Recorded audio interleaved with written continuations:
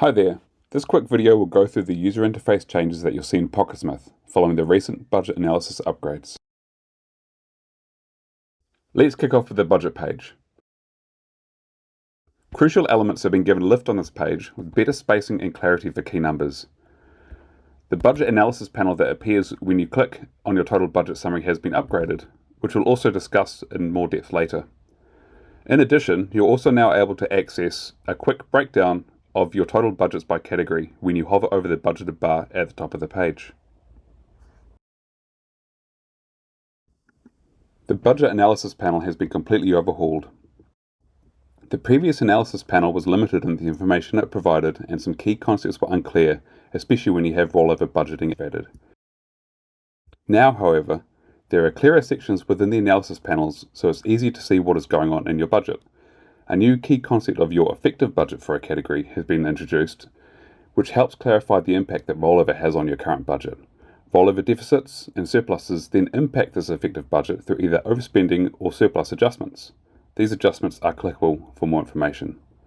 And if you roll up budgets, then the budget analysis panel will also include rollover information for all child budgets in one place. This budget analysis panel is now what is used throughout the application, whether that's on the calendar, or on the income and expense page, or on the dashboard. Now let's explore how the trends feature has changed. This is the old version, and you'll see that a lot of space is taken up with this error message.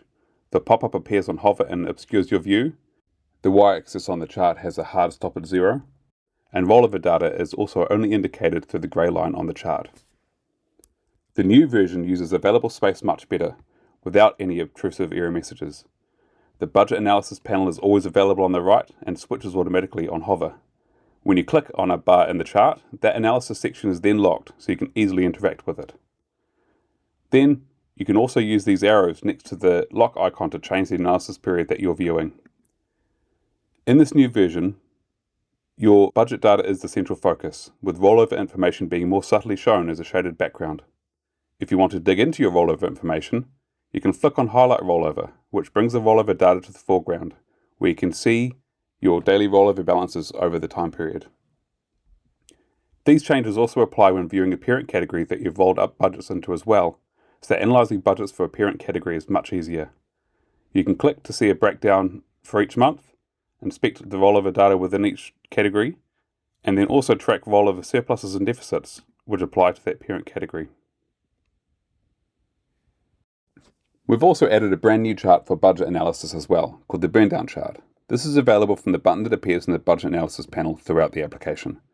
It shows the total money that you spent over a given time period and compares that spending against a straight line burn down of your budgets over that period.